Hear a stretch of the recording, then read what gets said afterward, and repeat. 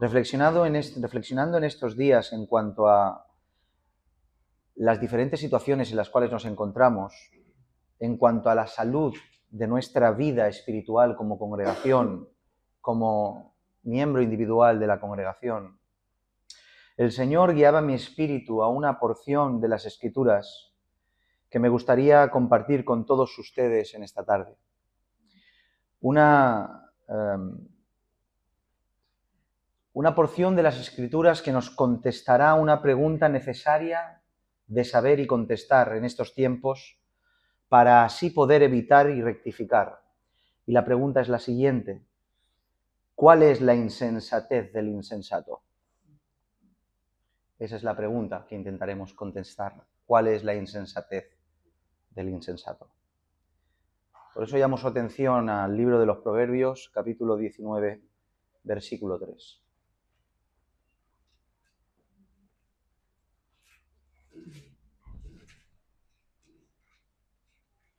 Proverbios 19, versículo 3.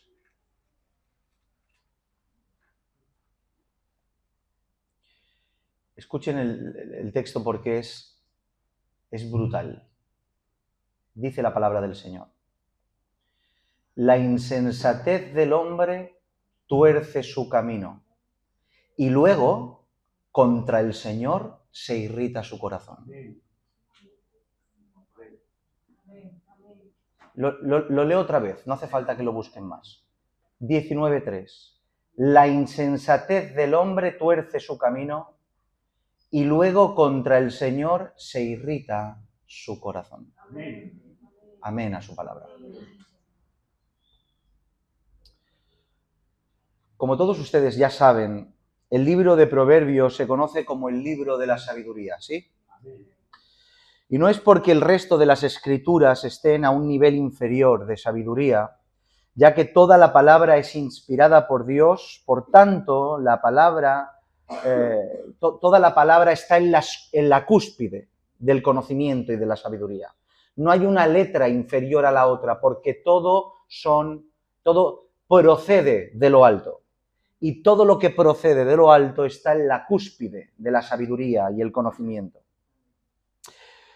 Pero se le conoce como el libro de la sabiduría porque fue escrito por el rey Salomón. El hombre que, según las escrituras nos indican, fue uno de los hombres más sabios que ha habido y habrá sobre la faz de la tierra, exceptuando, cómo no, a nuestro Señor Jesucristo. Este libro es muy particular donde los haya, ya que la forma en la cual está compuesto consiste en ciertas expresiones y frases cortas que enseñan principios de ética y moral de una forma clara y directa. Eso es el libro de los Proverbios. El libro de los Proverbios, conforme uno va pasando por sus versos, yo estoy seguro que todos han leído la totalidad o parte, o algún día se han encontrado con algún proverbio creyendo que es un refrán del mundo y en realidad está sacado de las Escrituras. Pues este libro de los Proverbios, conforme uno va pasando por sus versos, se va encontrando con su riqueza y va aprendiendo conforme lee. Pero es uno de esos libros donde se necesita meditar en cada expresión. Toda la Biblia necesita ser meditada, pero el libro de los Proverbios de una manera, quizá me atrevería a decir, más profunda, ya que solo es ahí donde encontramos su verdadera riqueza.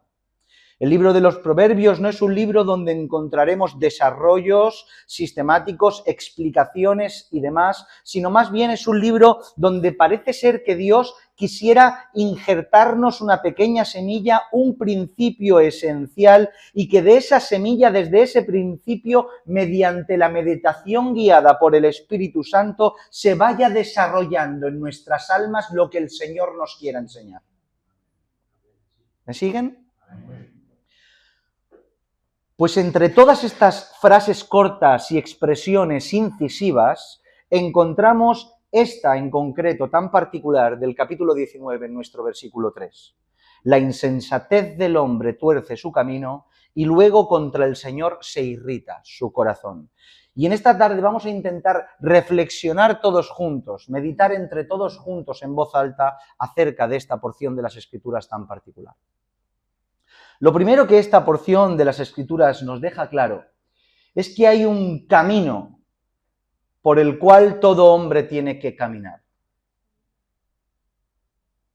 En el mundo secular, expresiones como el camino de la vida, el trayecto de la vida y semejantes son habituales en el día a día, en el diálogo y las expresiones habituales, ya que todos, y no solo el sector religioso, entienden la vida y se expresa la vida de esta manera, como un camino, como un viaje que todo ser humano debe emprender. Este viaje comienza en el momento de nuestro nacimiento y concluye en el momento de nuestra muerte. Es un trayecto, un viaje que comienza cuando nacemos y termina cuando morimos. Pues las Escrituras nos dejan este principio marcado de una manera muy clara y nos lo muestra en infinidad de versos. Permítanme algunos ejemplos. En el Salmo 139, versículo 23-24 dice: examíname, oh Dios, y conoce mi corazón, pruébame y conoce mis pensamientos, y noten, dice, y ve si hay en mí camino de perversidad y guíame en el camino eterno. ¿Notan? Juan 14, 6, Jesús dijo, ¿qué dijo? Yo soy el ¿qué? Yo soy el camino y la verdad y la vida, y nadie viene al Padre si no es por mí. Expresiones como estas son habituales en las Escrituras. Estas nos muestran de una forma clara que la vida tal como la conocemos es un camino que todos debemos recorrer y que nadie puede eludir e ignorar. Pero existe una diferencia entre los hijos de Dios y aquellos que aún no conocen a Dios o no han sido conocidos por Dios en cuanto a cuándo es que comienza este camino. Hay una diferencia. Mientras que para todo el mundo comienza, como hemos dicho, en el momento del nacimiento, para el cristiano comienza verdaderamente en el momento del nacimiento, pero del nuevo nacimiento. Por tanto, es en el momento en el cual Cristo se encuentra con nosotros que es cuando verdaderamente empieza nuestro camino. Empieza el verdadero camino del cristiano. Todo esto que estamos hablando acerca de un camino que se tiene que caminar y no se puede eludir, nos lo muestra este verso que hemos leído. La insensatez del hombre tuerce el ¿qué? Su camino. Esta expresión, torcer el camino, nos revela una verdad que todo creyente verdadero conoce o debiera conocer. Y es que hay un camino verdadero que te lleva a la vida y un camino falso que te lleva a la muerte. Eso es de ABC, de parvulario, de primera clase, cuando vas a la escuela del cielo. Hay un camino que te lleva a la vida y otro camino que te lleva a la muerte. Cuando nuestra vida es impactada por el Evangelio, Cristo nos arranca de este camino de muerte y nos pone en el camino correcto y comienza así nuestro verdadero viaje.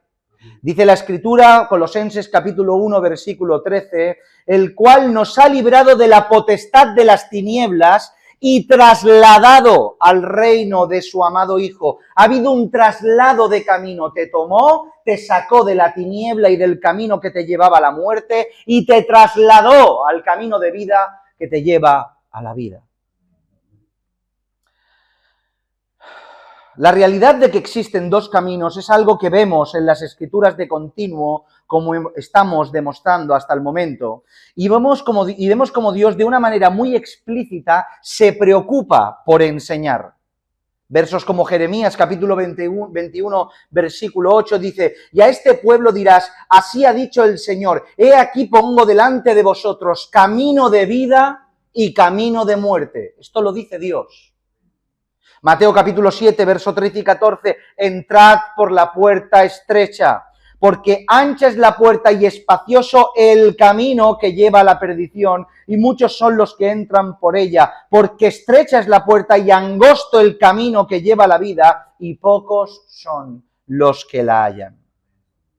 Como pueden ver, no solo las Escrituras dejan claro que hay dos caminos, sino que dejan claro lo diferentes que son entre sí. No hay posibilidad de confusión. Un camino ancho, espacioso, cómodo, que te da licencia para hacer lo que tú quieras, que satisface los deseos de tu carne, pero que te lleva a la muerte. Sin embargo, por otro lado, tenemos un camino estrecho, angosto, difícil, que te lo demanda todo, que te sesgará el corazón, pero que te lleva a la vida. Por tanto, la realidad de que hay dos caminos delante de nosotros, muy diferentes entre sí, hasta el punto de que son imposibles de confundir, ya que son opuestos, es algo que nadie puede refutar porque está explícitamente expresado en las Escrituras. Pero para llegar al punto que les quiero hacer ver, la pregunta evidente que nos tenemos que hacer es, ¿cómo es que se transita por estos caminos?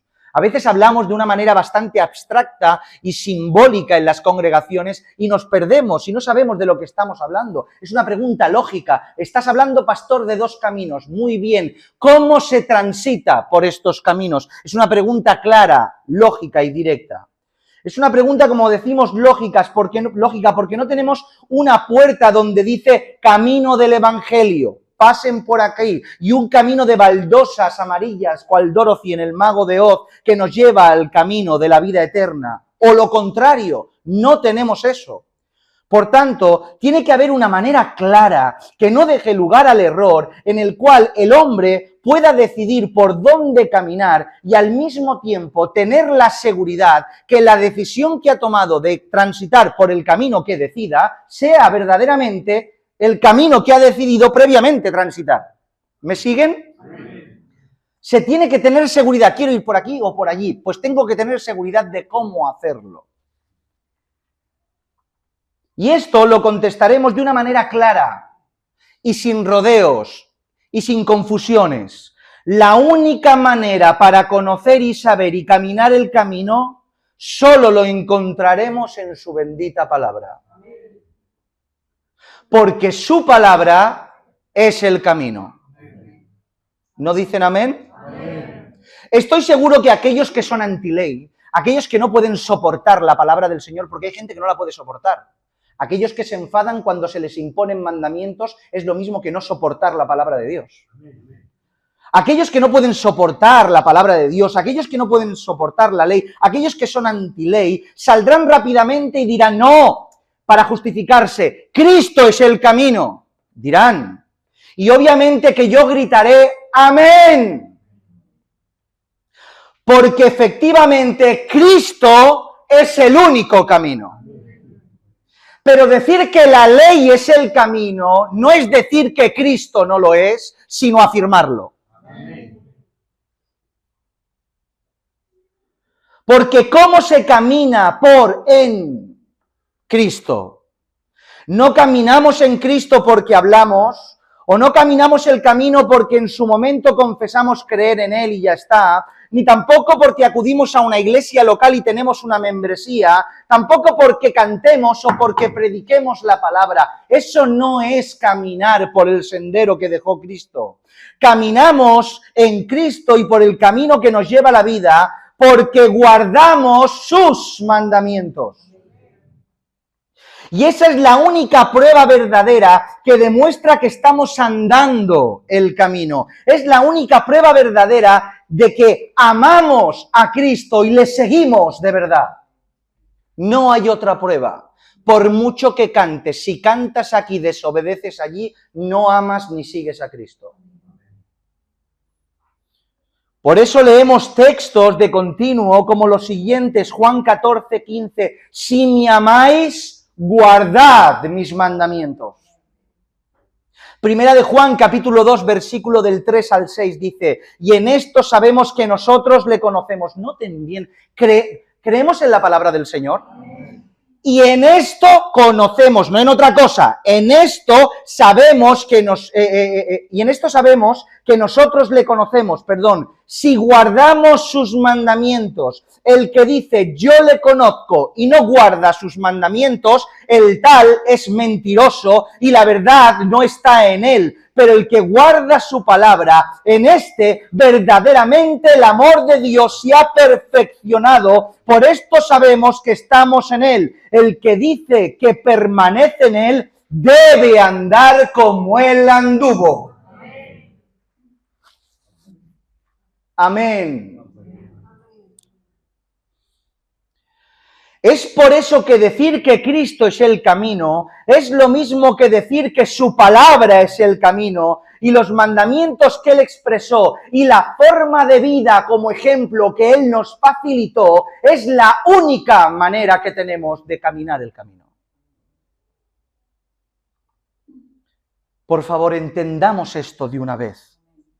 Si vivimos según nuestro propio criterio unilateral, nuestra única percepción subjetiva del evangelio inventado de nuestra concupiscencia e ignorando las enseñanzas de nuestro Señor Jesucristo, vivimos conforme creemos que está bien, no le seguimos a Él. No estaremos transitando por el camino que nos lleva a la vida, sino que estaremos caminando por el camino que nos llevará a la muerte. Eso es verdad. Y es una verdad que no la digo yo, es una verdad que la dice la Biblia.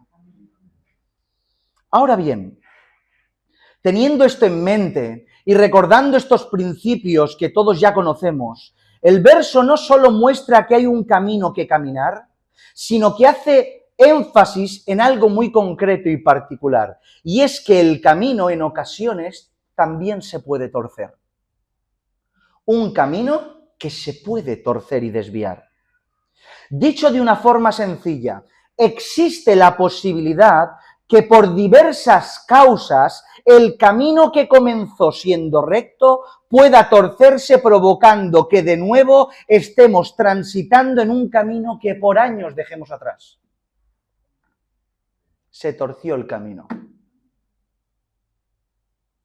Explicar cómo se tuerce el camino se nos hace ahora sencillo, después de haber explicado cuál es la forma de caminar por el camino verdadero, ¿verdad? Simplemente tenemos que darle la vuelta a todo. En otras palabras, si el camino verdadero se basa en el cumplimiento de los mandamientos, el camino torcido se transita cuando estos mandamientos se desobedecen. Es más simple, es imposible. Por tanto, la desobediencia, la infracción de la ley, el hacer caso omiso a sus mandamientos, hace que nuestro camino, que en un principio comenzó recto, pueda llegar en cierto punto en concreto a comenzar a desviarse por la infracción de sus mandamientos, por hacer caso omiso a lo que el Señor dice. Como hemos mencionado, la desobediencia es la que hace que nuestro camino, que en un principio era recto, pueda llegar a torcerse. Pero esa desobediencia no viene sin más, sino que hay diversas causas de base que lo provocan. Estamos hablando mucho de continuo en esta congregación y entre los hermanos, que los pecados que salen, no salen porque sí, sino porque hay fondos dentro, en el interior, en el corazón, en el alma, en la mente de las personas que están desajustados y por eso sale externamente pecados que dicen mucho de lo que hay por dentro. Por tanto, estas desobediencias no vienen porque sí, sino que tienen bases en el alma. ¿Y qué hace que nos pongamos en una postura de desobediencia hasta el punto de torcer nuestro camino? En este caso, el texto nos señala uno de los motivos fundamentales por el cual esto sucede. ¿Saben cuál es? La insensatez. El ser insensatos. La insensatez del hombre tuerce su camino, dice la palabra del Señor, y yo digo amén. Amén. ¿Qué significa ser insensato? ¿Qué significa? La definición para insensato, escuchen bien, es falto de sensatez. Por tanto, si una persona sensata es una persona prudente, cabal, capaz de discernir con inteligencia las diferentes situaciones en las cuales se encuentra y tomar decisiones inteligentes, el que tiene falta de sensatez es todo lo contrario. Un alocado, un irreflexivo, un inconsciente e irracional que es capaz de tomar decisiones inteligentes que le convienen en base al contexto que está viviendo. Eso es una persona insensata. Es por eso que la palabra que encontramos en hebreo para insensato, ibelet, significa necedad y locura. Un insensato es alguien necio y loco.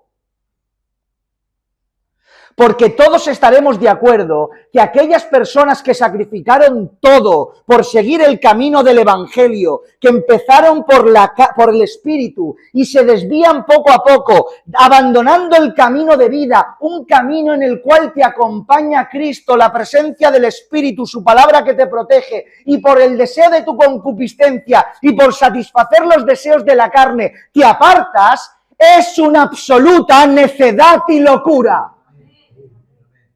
Porque dígame usted si se puede comparar un deseo puntual en la carne a la eternidad y el cielo.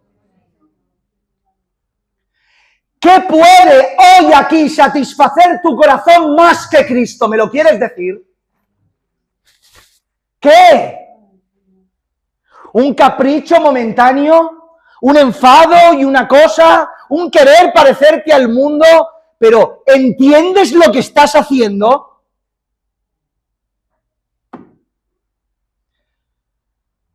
La Biblia a esto lo llama insensatez, una necedad y locura, abandonar a Cristo por tus deseos.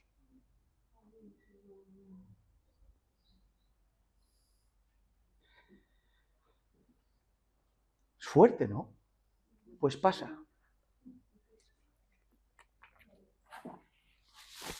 Continuaremos diciendo que la insensatez provoca, entre otras cosas, en línea con estas, provoca en el ser humano, incluidos nosotros los creyentes, que comencemos a tomar decisiones temerarias.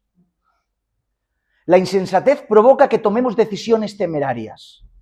Decisiones que para nada están meditadas, decisiones que no están oradas y están pasadas por el filtro de las Escrituras. Decisiones que simplemente están impulsadas por aquello que siento, no impulsadas por aquello que sé. Cuando estamos en este marco de insensatez, tomamos decisiones solamente impulsadas por aquello que sentimos, para satisfacer el deseo momentáneo de la carne que nos gobierna. Una decisión fuera de la Escritura no es una decisión inteligente impulsada por el Espíritu, es una decisión necia impulsada por la carne. ¿Lo creen? Y a tal punto puede llegar nuestra insensatez que esperamos, escucha bien porque este es el tema, esperamos que esas decisiones basadas en nuestros impulsos carnales no tengan ningún tipo de repercusión, ningún tipo de efecto contradictorio en nuestras vidas. Queremos decidir conforme nosotros queremos y no queremos recibir las consecuencias de nuestra mala decisión.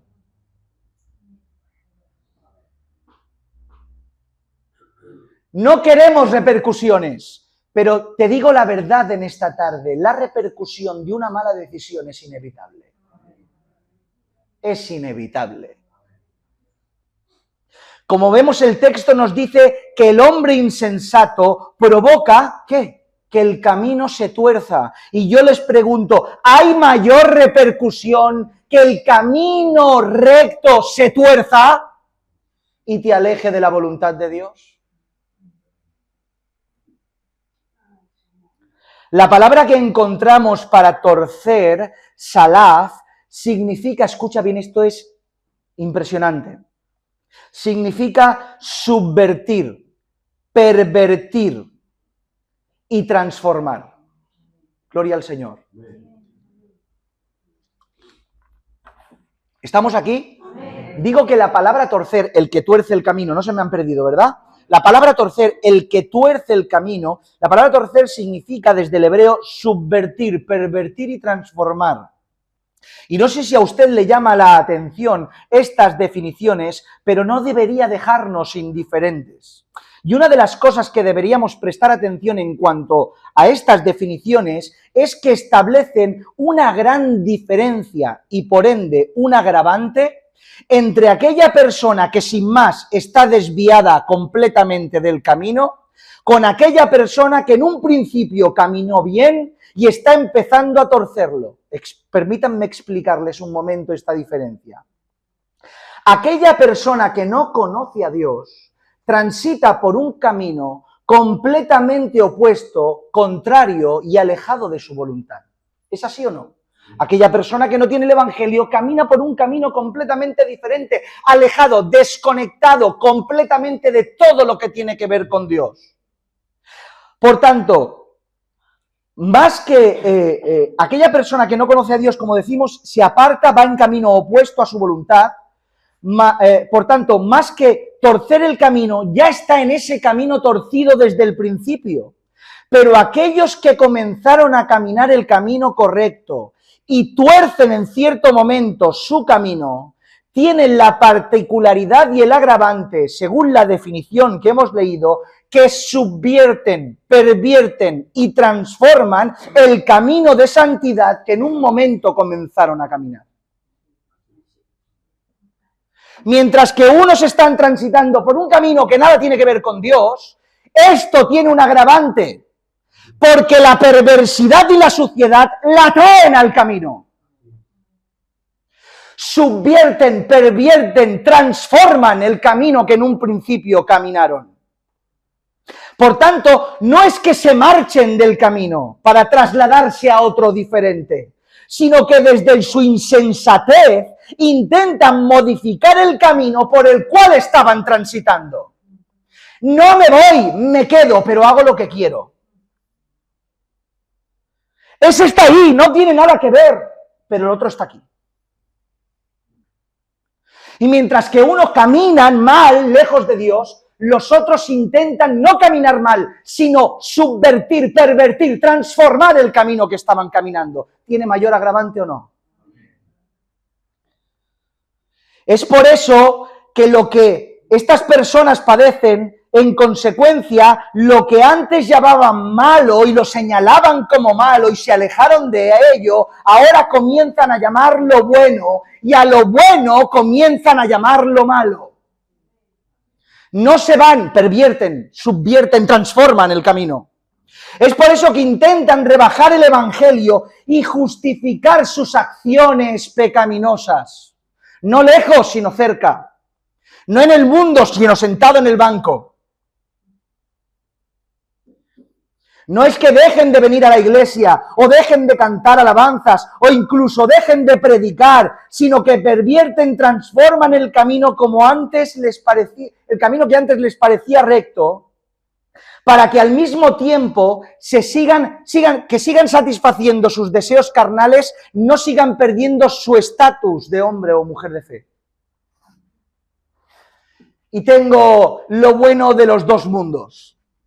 Sigo haciendo lo que quiero, pero sigo tomando el nombre de Dios en mi boca y purificando externamente mi imagen delante de las personas.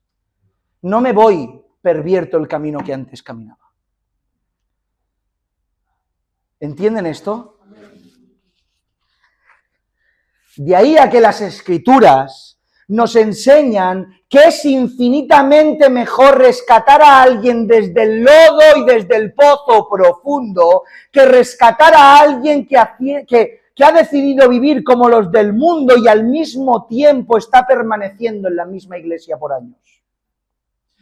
Es más fácil y son más receptivos aquellos que se alimentan del lodo allá afuera que aquellos que se alimentan del lodo pero están dentro. Porque los de fuera te pueden decir no quiero nada, o que el Señor se encuentre porque tienen el corazón, o reacio o receptivo, pero los que están dentro, ¿qué va? Siempre intentarán darle la vuelta para intentar seguir justificando sus conductas pecaminosas y seguir permaneciendo con el estatus de creyente que quieren mantener. Por eso dice Apocalipsis capítulo 3, versículo 15, yo conozco tus obras, que ni eres frío ni caliente. Y ahora hay una expresión mortal, dice, ojalá fueses frío o caliente, pero por cuanto eres tibio, ni no frío ni caliente, te vomitaré de mi boca.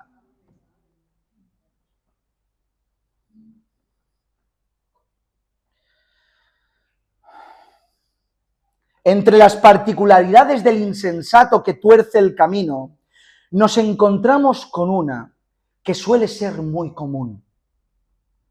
La particularidad, una de las particularidades de aquellos que en ocasiones vivimos como insensatos, que suele ser bastante común y que a su vez nos contestará y nos dará respuesta a la pregunta que hemos hecho en el principio, ¿cuál es la mayor insensatez del insensato? Y otra vez, Proverbios 19:3, la insensatez del hombre tuerce su camino y luego contra el Señor se irrita su corazón. Las excusas son el pan nuestro de cada día, ya que forman parte del ADN pícaro del ser humano. Excusarnos nos permite justificar nuestras acciones, calmar a la vez nuestras conciencias y eludir cualquier tipo de responsabilidad. Eso nos proporciona las excusas. Es por eso que siempre será más fácil poner una excusa que admitir la culpa o el error. Siempre es más fácil justificarnos que decir me equivoqué, voy a rectificar. Y el cristiano no está exento de esta patología. La sufrimos y la padecemos. Y en muchas ocasiones, sobre todo cuando estamos en el marco de esta insensatez que desobedece, la excusa se vuelve como esa herramienta preferida que de continuo se utiliza. La llevamos siempre encima. A tal grado llega nuestra insensatez que procuramos soltar la excusa a la primera de cambio. Mis hermanos, aunque muchas veces hemos puesto los mismos ejemplos, son los ejemplos más gráficos y significativos y no hace falta poner otros. Y me refiero a los ejemplos de Adán y Eva que encontramos en el principio de la creación, ¿se acuerdan? Todos conocemos la historia de Adán y Eva, de cómo el Señor los pone en un lugar de privilegio sin que nada les falte, con una concupiscencia aún no despierta ni desinhibida, sino controlada porque aún no habían caído. El Señor les da todo y en vez de obedecer, desobedecen. ¿Y qué es lo que ocurre cuando fueron descubiertos sus delitos y pecados? En cuanto a Adán leemos lo siguiente, Génesis capítulo 3, versículo 11 y 12 dice, y Dios le dijo, ¿quién te enseñó que estabas desnudo? ¿Has comido del árbol que yo te mandé no comieses? Y el hombre respondió, la mujer que me diste por compañera me dio del árbol y yo comí. Excusas. Dios, al escuchar la noticia de Adán, va a Eva y dice, Eva, entonces el Señor dijo a la mujer, ¿qué es lo que has hecho? ¿Y qué dijo la mujer? Perdona, Señor, ¿me equivoqué? Y dijo la mujer, la serpiente me engañó. Excusas. Y claro, la serpiente ya no tenía a nadie a quien echarle la culpa y recibió el primero de los castigos. Porque como hemos dicho, echarle la culpa a otras personas, excusarse con el de al lado, es infinitamente más cómodo y fácil que responsabilizarnos de nuestros malos actos y acciones y conductas y estados. Es más fácil decir que no vengo a la iglesia porque un hermano me habló mal, o porque el pastor no me mandó orar, o porque no cuentan conmigo como cuentan con otros, que ser responsable de tus propias acciones y hacer lo que corresponde, a pesar del contexto difícil que seguramente tendrías. Porque incluso aunque todas las cosas que te hacen mal sean verdad, ninguna son excusas para abandonar el camino.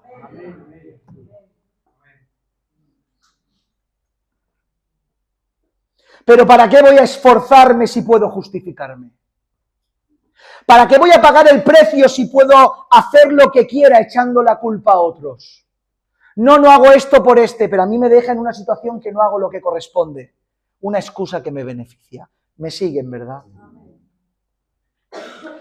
Pero la cosa no queda solo en echarle la culpa a los demás para tener una excusa que eluda mi responsabilidad. La cuestión es que encima de todo, escucha bien, como dice el texto, aquellos que se comportan así, dice la palabra, se irritan en su corazón cuando sufren, escuchen bien, las consecuencias que sus propias malas acciones de desobediencia le han provocado. es de esquizofrenia.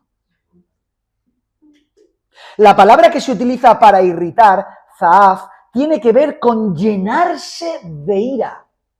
¿Sabes lo que es algo lleno? Algo que llega arriba.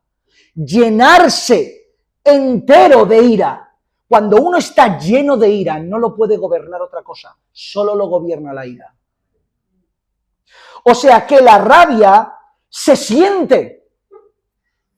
Escuchen bien esto, la rabia se siente de verdad, no es una forma de aparentar que estoy enfadado para ocultar mis errores. ¿Se han dado cuenta cuando un mentiroso quiere ocultar su mentira, que miente, o sea, hace ver que se enfada para que vean que, no es, que están diciendo una mentira? Y se enfada más, para decir, estoy enfadado, ¿qué me estás diciendo? Esta irritabilidad no tiene que ver con aparentar, tiene que ver con que está lleno de ira de verdad, es una sensación real, se llenan de ira por recoger lo que sembraron. Se irritan contra los demás por sus propias malas acciones. ¿Recuerdan lo que pasó con Caín y Abel? ¿Sí? ¿Lo recuerdan? Muy resumidamente, la historia tiene que ver con dos hermanos que ofrecieron sacrificios ambos al Señor, hijos de Adán y Eva. Y ofrecieron sacrificios al Señor, y mientras que Caín y Abel, mientras que Abel dio de lo más excelente que tenía, Caín dio de lo que le sobraba, hortalizas y así, con una mala actitud. Y al ver la consecuencia favorable de su hermano Abel, Caín, al ver la consecuencia favorable, el bienhacer de Dios, de ver el sacrificio de su hermano Abel, y al mismo tiempo el desagrado de Dios para cuanto con su ofrenda, en vez de admitir y enfadarse consigo mismo y arrepentirse y decir, ¿qué he hecho, Señor? Perdóname, voy a sacrificar como mi hermano sacrifica, llama a Abel airado en su corazón, lo llama al campo, se levanta contra él y lo mata. Caín mató a Abel porque Abel fue bueno. Porque Abel fue obediente. Porque Abel vivió conforme Dios demandaba. Y Caín se levanta al ver que Dios no le da la misma recompensa que a su hermano. Y en vez de arrepentirse, su corazón, porque era un insensato, se irrita. Pero cuán absurdo es todo esto, ¿no lo ven? Cuánta ceguera provoca la insensatez y la desobediencia. Nos deja ciegos. Que somos capaces de culpar e irritarnos en contra de los demás por nuestras propias malas decisiones. Mis hermanos, si hay un principio que la Biblia deja bien claro, es la ley de la siembra y la cosecha. Todos lo conocemos, ¿verdad? No hace falta de hablar mucho acerca de esto. Y esto consiste en un principio muy simple. Aquello que uno siembra es aquello que recogerá. Todos coincidirán que es un completo desvarío que un agricultor plante manzanos y se queje cuando empiezan a crecer ramas de olivo. ¿Por qué crecen olivos? Pero si plantaste manzanos. Porque uno recoge lo que previamente sembró, y para todos nosotros esa conducta de ese agricultor es de un completo desvarío. Pues de la misma manera es un absurdo y una locura esperar recibir bendición de Dios cuando sembraste corrupción. ¡Qué beneplácito, qué bendición, qué dádiva del cielo queremos recibir si sembramos miseria! Dice la Escritura en Gálatas capítulo 6, verso 8, porque el que siembra para su carne, de la carne segará corrupción, mas el que siembra para el Espíritu, del Espíritu segará vida eterna. Lo dice la Biblia. Oseas capítulo 8, verso 7 dice, porque sembraron viento y torbellino segarán. Porque lo que uno siembra es aquello que uno va a recoger. Así es. Gritamos y nos quejamos por el fruto que obtenemos. Nos lamentamos y chillamos, cuando en realidad la tierra nos está devolviendo simplemente lo que sembramos. Pero ¿para qué te quejas? ¿Para qué me quejo? Nos esforzamos por consentir a nuestros hijos, por darles los que quieren por lástima. Nos sabe mal, le damos lo que quieren. Evitémosle llorar, evitándoles el castigo y la disciplina. Sembramos en ellos carne y después queremos recoger en ellos espiritualidad y fruto. Si siembras carne, recogerás carne. No esperes recoger bien de Dios cuando siembras carne. Recogerás carne. Maridos, nos quejamos porque no tenemos esposas que nos respeten, que nos apoyen y nos acompañen allá donde vayamos, pero se nos olvida que no sembremos en ellas quizá dulzura, amor, cuidado y cariño. Mujeres, os quejáis porque tenéis maridos quizá ásperos, indiferentes y sin apenas muchas muestras de afecto o de cariño, pero os olvidáis que no sembrasteis en ellos respeto, sujeción, atención. Iglesia del Señor, nos quejamos porque recogemos frutos sin sabor. ¿Estáis aquí? Porque hay cultos sin presencia y acciones y obras sin respaldo, pero se nos olvidó que dejemos de sembrar lectura, oración, devoción y vida. ¿De qué nos quejamos? Solo recogemos lo que sembramos. Escucha bien, queremos el fruto del que se esfuerza.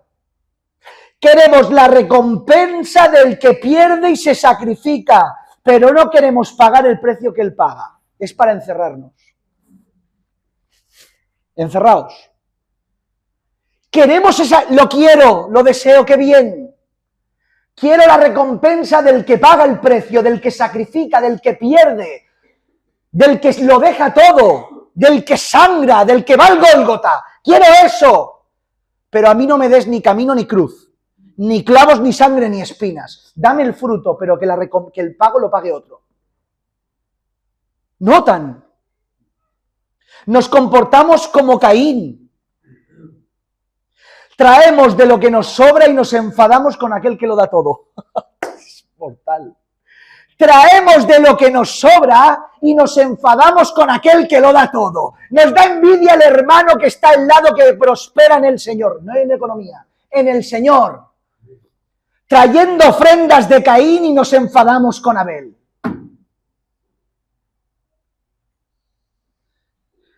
Pero ¿qué es lo que le dijo Dios a Caín? Génesis capítulo 4, versículo 5 en adelante. Pero no miró con agrado a Caín y a la ofrenda suya, y se ensañó Caín en gran manera, y decayó su semblante. Entonces el Señor le dijo a Caín, qué simple, de verdad, qué sencillo, qué de parvulario, mis hermanos. Le dijo el Señor a Caín, ¿por qué te has ensañado y por qué ha decaído tu semblante? Escuchen. Si bien hicieres, no serás enaltecido. ¿No dicen amén a esto? Si bien hicieres, no serás enaltecido. Y si no hicieres bien, el pecado está a la puerta. En todo esto a ti será su deseo y tú te enseñorearás de él. Si bien hicieres, recibirás tu recompensa, Caín. ¿De qué te enfadas? Recoges lo que siembras. Pero mis hermanos, de alguna manera estamos hasta el momento minimizando la gravedad de lo de que el texto verdaderamente habla, ya que estamos señalando la excusa y la rabia y la ira sobre el prójimo. Pero lo que en realidad dice el texto es lo siguiente: la insensatez del hombre tuerce su camino y luego, no dice el prójimo, lo que pasa es que se extiende, dice luego, contra el Señor se irrita su corazón. Contra Él se irrita su corazón. Señalando que la reacción, tomando el ejemplo de Caín, la reacción de Caín por matar a Abel fue por aquello que recibió de Dios. Lo más grave de todo, mis hermanos, no es que nuestro camino se haya torcido, que es grave. No es que hemos cambiado la obediencia por la desobediencia, que es desastroso. Ni siquiera que nos irritamos con nuestro prójimo. Lo peor de todo es que levantamos nuestro puño contra el cielo y nuestra ira va dirigida a Dios. Y nuestra ira va dirigida a Él, sea explícita o implícitamente, consciente o inconscientemente. El objeto definitivo final de nuestra postura es Él. Y sí, mis hermanos, esa es la respuesta a la pregunta que hicimos en el principio del sermón. La mayor insensatez del insensato es que se irrita con Dios después de recoger el fruto prohibido que su propia siembra y cosecha ha generado. Esa es la insensatez del insensato. Me enfado con Dios cuando el culpable soy yo. Como hemos dicho, sea de una manera directa o explícita o de una manera indirecta o implícita, nuestra queja siempre tiene que ver como último objetivo hacia Dios. Al final, escucha esto, la realidad es que Él es quien determina, y creo que estos todos lo saben, ¿no? Espero de verdad que su corazón se conmueva en esta tarde. Porque es tiempo, créanme, de llorar y no reír.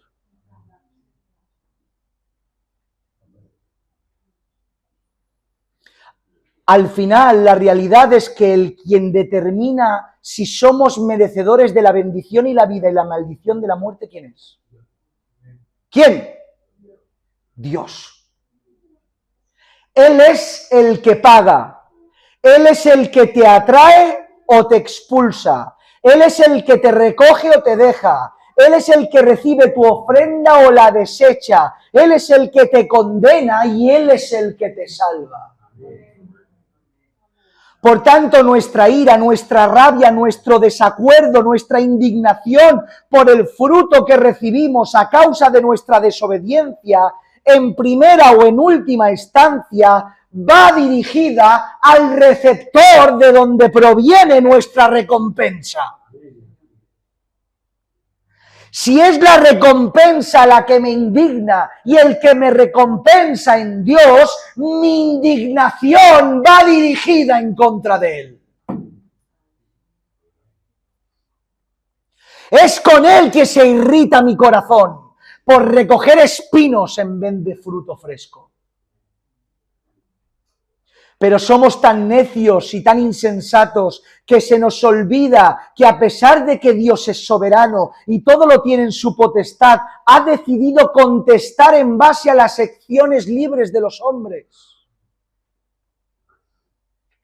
Dios lo ha hecho así. Es soberano, pero en su soberanía te deja decidir a ti. Es por eso que dice, como hemos leído, he puesto delante de ti el bien y la vida, el mal y la muerte. Es por eso que dice que nos esforcemos por entrar por la puerta estrecha. Es por eso que dice que no dejará sin recompensa al justo y sin castigo al impío. ¿Notan la interactuación de Dios con las obras de las personas? Justo, impío, castigo y recompensa. Dios es tan sumamente poderoso que es capaz de unificar en un mismo plan la libertad del hombre y su absoluta soberanía, aunque nosotros no podamos comprenderlo. Pero he aquí la insensatez del insensato. Nos quejamos en contra de Dios cuando en realidad simplemente estamos recogiendo lo que sembramos. Qué poco sentido tiene nuestra justificación y nuestra excusa. Qué poco sentido tiene nuestra queja. En ningún momento la queja está justificada. Como hemos dicho, la queja no es buena. Una cosa es en oración ponerte delante del Señor y clamarle en confianza. Y otra cosa es quejarte, no orar, quejarte. La queja no está justificada en ninguno de los momentos, pero en ocasiones al menos en las Escrituras vemos expresiones quejosas en contextos apropiados y no como estas que a veces nos encontramos. ¿Qué diremos de Job? ¿Qué diremos de Job, mis hermanos? Cualquier persona, cualquier persona que lea su historia y empatice con Job y lo que le pasó, dirá, es poco lo que habló. Es poco lo que hizo. Porque siendo justo, temeroso de Dios y apartado del mal, Dios lo hirió a todas. Se lo quitó todo, lo enfermó por completo y hizo que sus 10 hijos perdieran la vida. Por tanto, es normal y está en un contexto aparentemente justificado la queja y los desvaríos de Job en cierto momento. Y si dejamos a Job, ¿qué hay de Asaf y su oración? Mis pies casi resbalaron de ver la prosperidad del impío. Se queja, habla diciendo, madre mía, lo que pasa con el impío y lo que pasa conmigo, Señor. Pero de alguna manera tiene justificación porque está hablando cosas lógicas.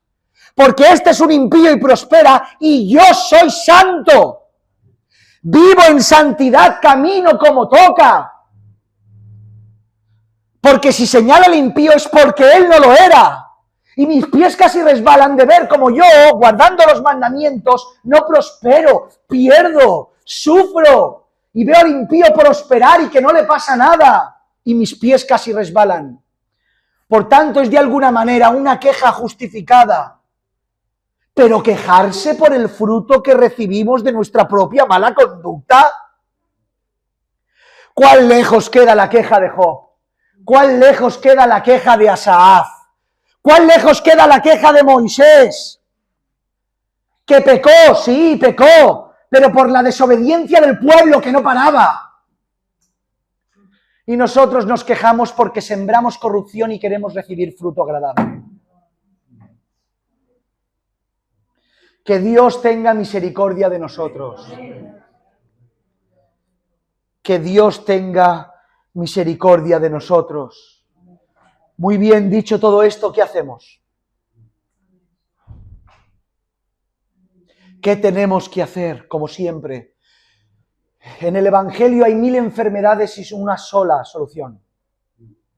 Arrepentirnos.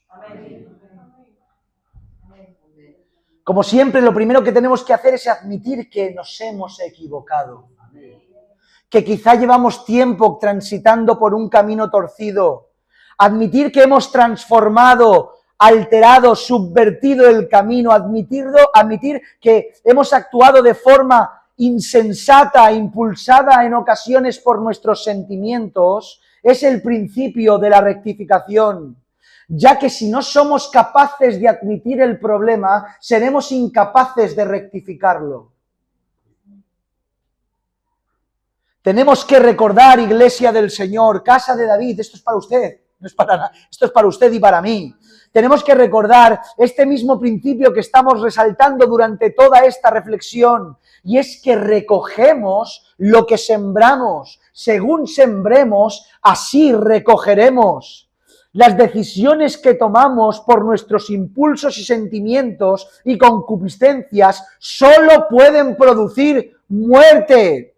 Nunca nos va a proporcionar vida. En ocasiones nos vemos arrinconados, expuestos al desastre, y parece ser que la única solución que me sale a la mano es la carnal. Porque miro las herramientas que Dios me da y me van a matar.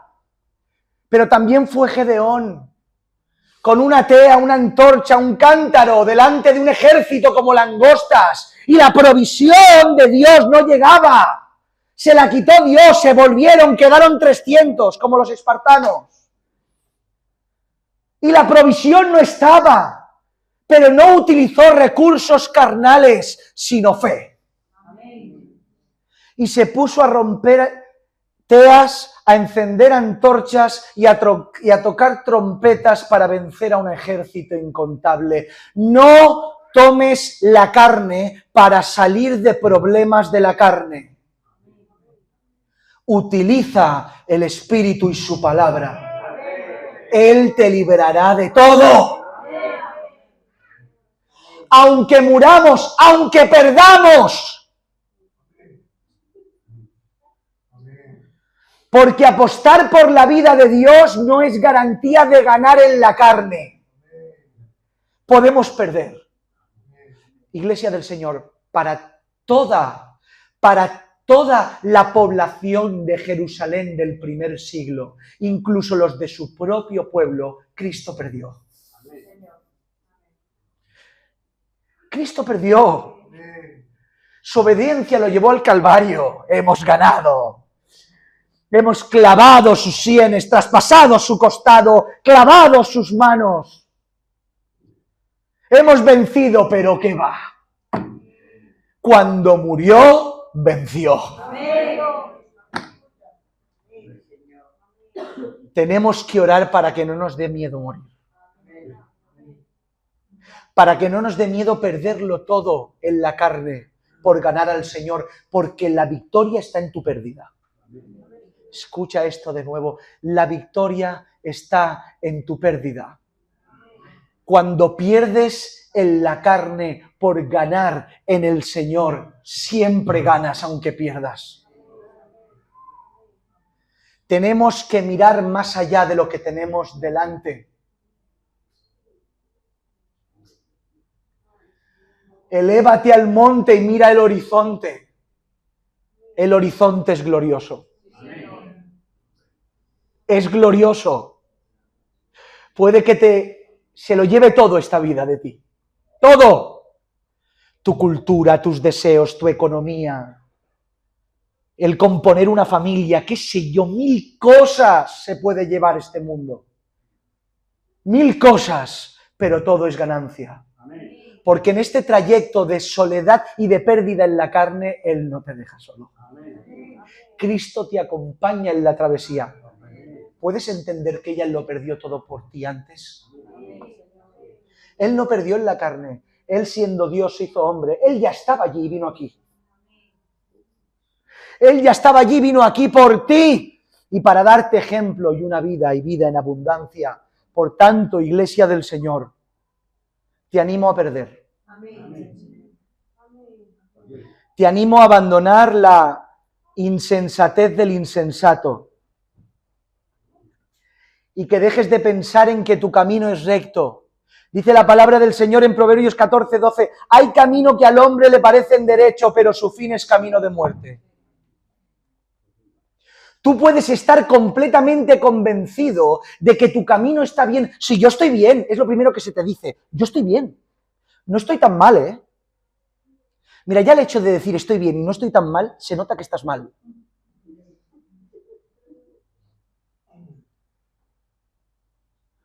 Porque el creyente que intenta vivir cerca siempre se ve que le falta algo.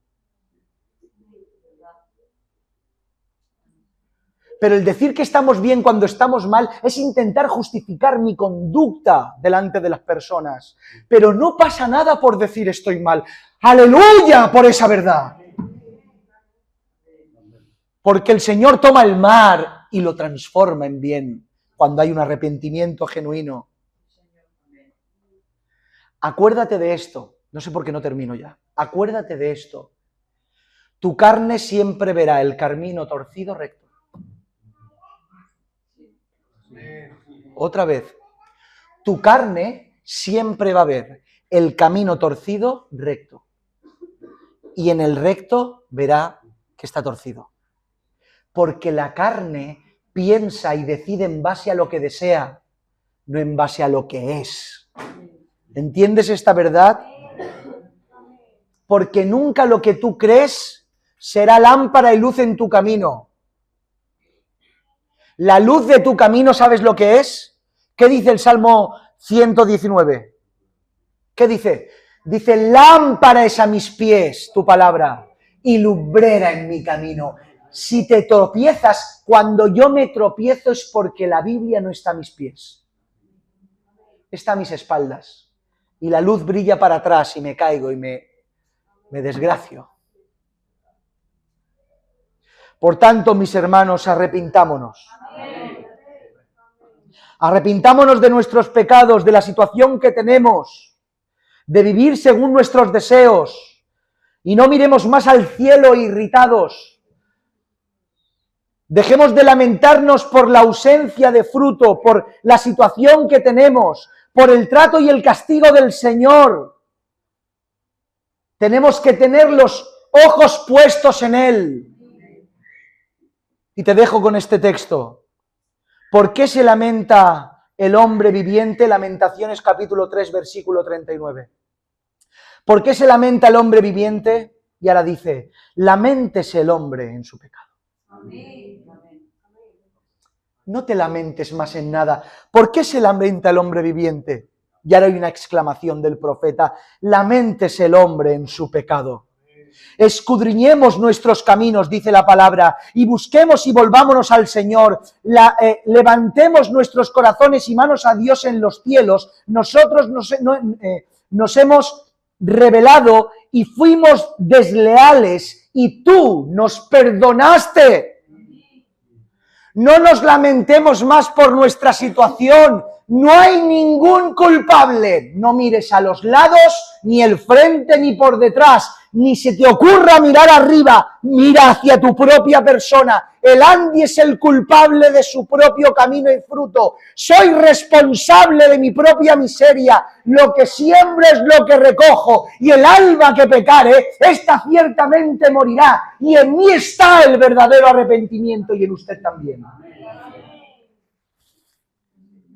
Deja de excusarte con nada y vuélvete al Señor.